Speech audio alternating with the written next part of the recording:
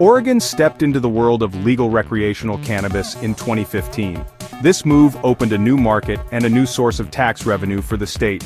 Prior to legalization, cannabis was relegated to the black market. This meant lost tax revenue and little oversight. The decision to legalize brought cannabis into the light of day, allowing for regulation and taxation. The state implemented a statewide sales tax on cannabis.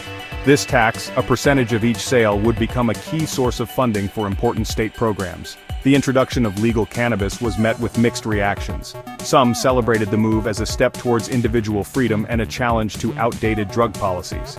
Others expressed concerns about potential increases in use and the societal impacts of legalization.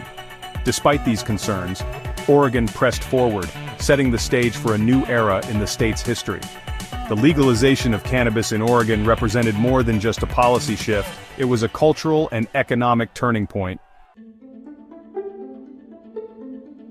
Oregon's cannabis tax structure is multi-layered. At the state level, a 17% excise tax is applied to every cannabis sale.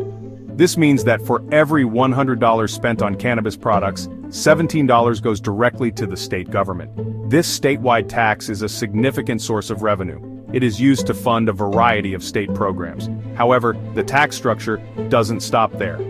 In addition to the 17% statewide tax, local governments in Oregon have the option to implement their own cannabis taxes.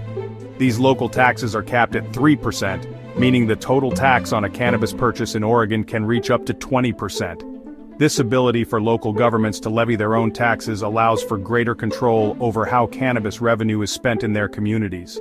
Some localities may choose to use these funds for specific projects, such as road repairs or school improvements.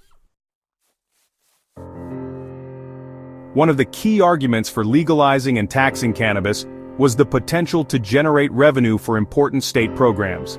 Oregon's cannabis tax structure does just that. A significant portion of the revenue generated from cannabis sales is earmarked for specific purposes. One of the main beneficiaries of this tax revenue is substance abuse and drug education programs.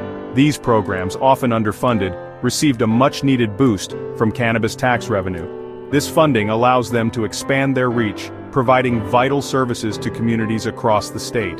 The allocation of cannabis tax revenue to these programs is a testament to the state's commitment to addressing the complex issues surrounding drug use. It is a recognition that education and support are crucial in mitigating potential harms. Oregon's cannabis industry, though still relatively young, has already undergone significant changes. As the industry matures and evolves, so too must the policies that govern it. One area where change is being considered is the state's cannabis tax structure. Lawmakers are currently exploring the possibility of increasing the cap on local cannabis taxes.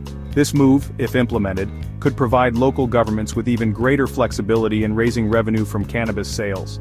The potential impact of such a change is a subject of much debate.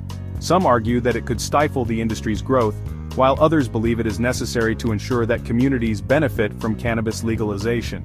As Oregon looks to the future of its cannabis industry, finding the right balance between generating revenue and fostering a thriving market will be paramount.